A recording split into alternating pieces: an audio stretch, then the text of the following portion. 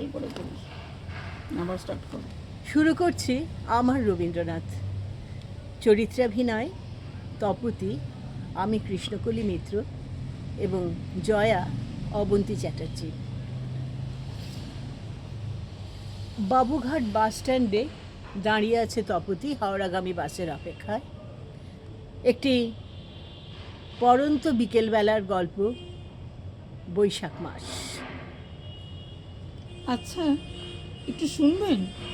আপনি কি তপতি, মানে তপতি বসু?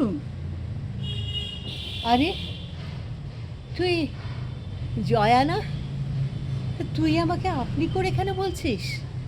কতদিন পরে তোর সঙ্গে দেখা বলতো।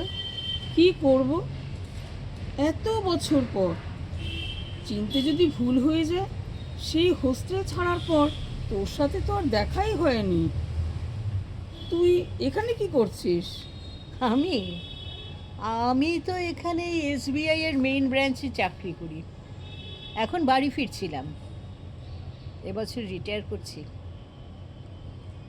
ওহো, এই যা, কথা বলতে বলতে বাসটাই গেল বেরিয়ে। তা সময় আছে তোর? চল না, এই গঙ্গার ঘাটে গিয়ে বসি। যাবি? হ্যাঁ চল বসি, আমার সময়ের অভাব নেই। চল, প্রিন্সেপ ঘাট পর্যন্ত একটু হেঁটেই যাই। তা চল।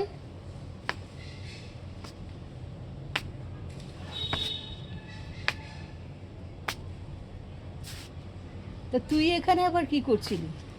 আমার বাড়িতে না সময় কাটে না রে, তাই এখানে একাই এসছিল, একটু প্রাণ ভরে গঙ্গার হাওয়া খাবো বলে। কেন রে, বাড়িতে কেউ নেই বুঝি? হ্যাঁ আছে, কর্তামশাই, কিন্তু তিনি মোটেই কথা বলা পছন্দ করেন না। আর রিটায়ারমেন্টের পরে অষ্টপ্রহর ঘুমিয়ে আর খবরের কাগজ নিয়ে অবসর জীবনযাপন করছেন। আর আমারও একটি মেয়ে, তারও তো বিয়ে হয়ে গেল। তবে যতক্ষণ বাড়িতে আছি, কাজের ফাঁকে ফাঁকে আমার সাথে কিন্তু রবি ঠাকুর। মনে আছে কলেজের কথা? রবি ঠাকুরের কবিতায় আর গানে আমাদের 111 নম্বর রুম গম গম করতো। ও, তার মনে নেই? আচ্ছা দেখ, ওই সন্ধ্যার আকাশটা দেখ, কি সুন্দর রঙের মেলা আকাশে। আর ওই গঙ্গাটা দেখ, গঙ্গার বুকে রঙিন জলকেলি। আচ্ছা দূরে ওখানে ও একটা স্টিমার ভেসে যাচ্ছে। কি সুন্দর ঈশ্বরের সৃষ্টি, কি সুন্দর প্রকৃতি। চল আজ ওই বেঞ্চটায় বসি, চল ওখানে বসে আমরা আজকে একটু সুন্দরের জয়গান করি। ঠিক বলেছিস। হ্যাঁ রে, জায়গাটা বেশ নিরিবিলি, সুন্দরের জয়গান করার উপযুক্ত জায়গাই বটে। আয় আমরা বসি।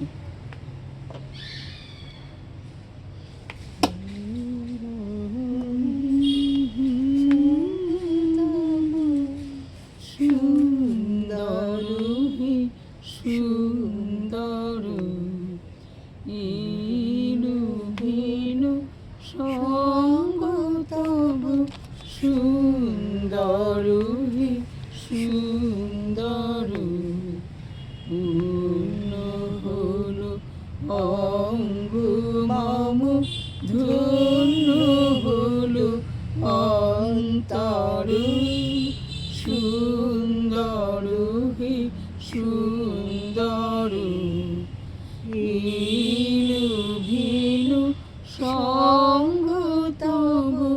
সুন্দর হে সুন্দর, আলোতে মোর চক্ষু দুটি মুগ্ধ হয়ে উঠল ফুটে। আলোকে মোর চক্ষু দুটি মুগ্ধ হয়ে উঠল ফুটে।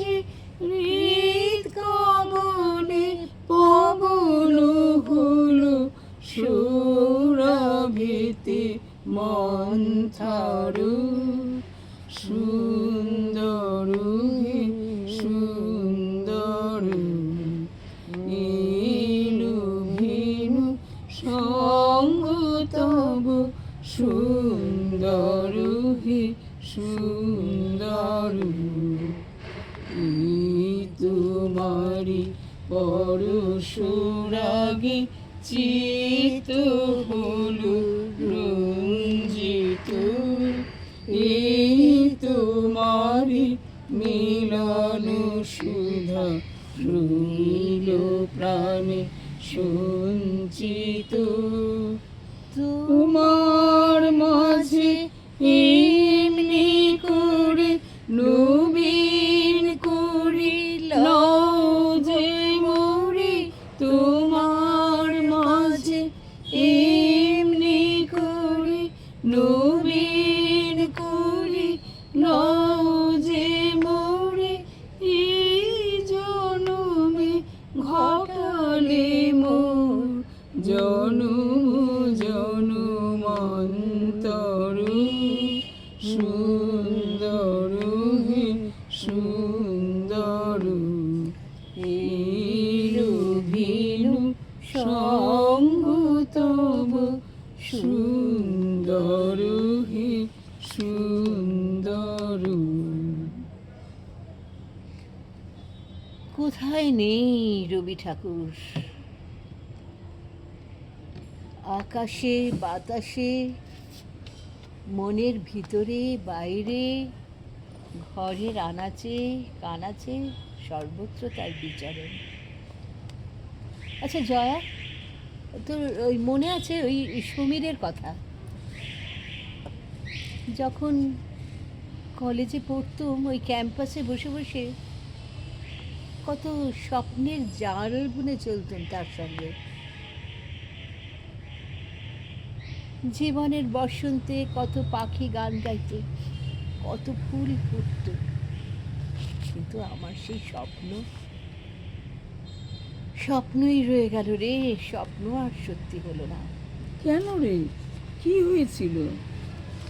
না রে, সমীর চাকরি জোগাড় করতে পারিনি। কলেজ ছেড়ে আমি একটা প্রাইভেট স্কুলে কাজ পেলাম, খুব সামান্যই বেতন। এর ইতিমধ্যে বাবাও চলে গেলেন, মা ভাই বোন সকলের দায়িত্ব আমার একার কাঁধে। তাই আর এগোতে সাহস করলুম না। খুব কষ্ট পেয়েছিলাম তখনও, কিন্তু সেই রবি ঠাকুর মনকে প্রবোধ দেওয়ার জন্য মনে মনে আর আওড়াতাম রবি ঠাকুরের সেই কবিতার লাইনগুলি। বিস্মৃতি প্রদোষে হয়তো দিবে সে জ্যোতি, হয়তো ধরিবে কভু নাম হারা স্বপ্নের মূর্তি। তবু সে তো স্বপ্ন নয়, সে যে সবচেয়ে সত্যি মন, সেই মৃত্যুঞ্জয়, সে আমার প্রেম। তারে আমি রাখিয়া এলেন অপরিবর্তন অর্ঘ্য তোমার উদ্দেশ্যে। পরিবর্তনের স্রোতে আমি যাই ভেসে কালের যাত্রায়। হে বন্ধু, বিদায় বিদায়। বাহ, ভারী সুন্দর করে বললি তো। তবে পরে একটা বিয়ের কথা ভাবতেই পারতি। পরিবর্তনের স্রোতে তুই তো অনেক আগেই গা ভাসিয়েছিলি রে। না রে না। আচ্ছা, এই ধর SBI এর চাকরি, তারপর এই মা ভাই বোনের দায়িত্ব পালন করা, এসবই তো পরিবর্তনের অঙ্গ রে। এখন কাজের শেষে বাড়ি ফিরে প্রতি আনাচে কানাচে খুঁজে পাই রবি ঠাকুরকে। তিনি যেন ঠিক সেই পশুরাজের মতো রক্ষা করছেন আমাকে। মনে পড়ে যায় আরেক কবির কবিতা, বাংলার সেই অবিস্মরণীয় কবি শঙ্খ ঘোষ। মনে আছে? মিথ্যে কথা, লোকে আমায় ভালোই বলে, দিব্যি চলনসই, দোষের মধ্যে একটু নাকি মিথ্যে কথা কই। ঘাটশিলাতে যাবার পথে ট্রেন ছুটেছে যখন, মায়ের কাছে বাবার কাছে করছি বকম বকম। হঠাৎ দেখি মাঠের মধ্যে চলন্ত সব গাছে এক এক রকম ভঙ্গি ফোটে, এক এক রকম নাচে। ও মা, দেখো নৃত্যনাট্য! যেই বলেছি আমি, মা বকে দেয়, বড্ড তোমার বেড়েছে ফাজলামি। চিড়িয়াখানার নাম জানো তো আমার সেজমেশর? আদর করে দেখিয়ে দিলেন পশুরাজের কেশর।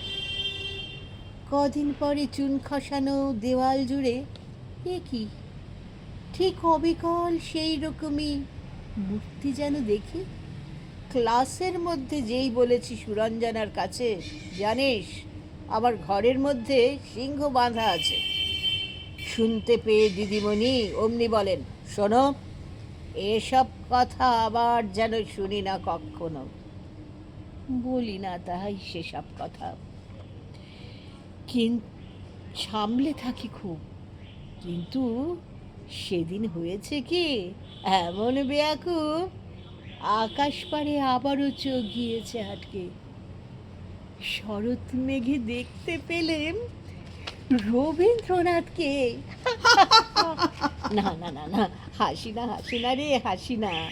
সারাদিনের ক্লান্তি কাটিয়ে ওঠার জন্য যখন বাড়ি ফিরে একা একা এক কাপ চা নিয়ে বসি, তখন একাকিত্বের বেদনায় বিষণ্ণতা ঘিরে ধরে আমাকে। তখন ঘরের দেওয়ালের ছায়াগুলো যেন পশুরাজের কেশরের মতোই আমার সারা গায়ে মোলায়েম প্রলেপ ঠেলে বলে, মনে রে আজ কহ যে, ভালো মন্দ যাহাই আসুক সত্যের লও সহজে।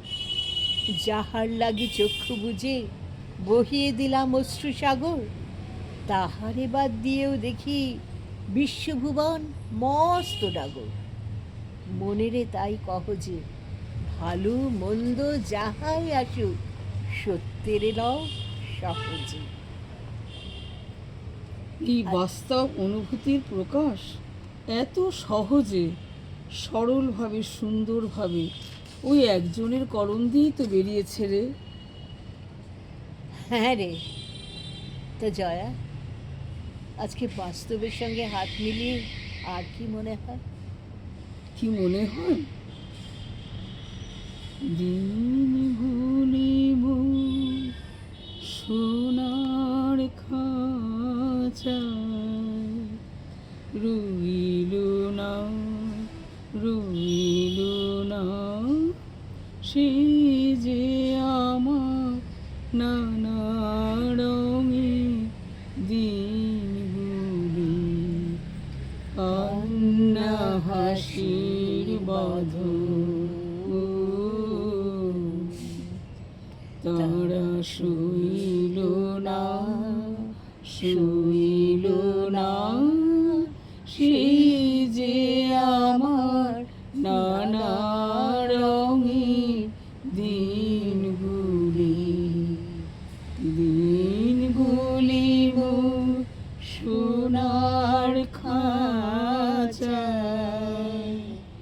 রইল না, রইল না, সেই যে আমার নানা রঙের দিনগুলি, স্বপ্ন দেখি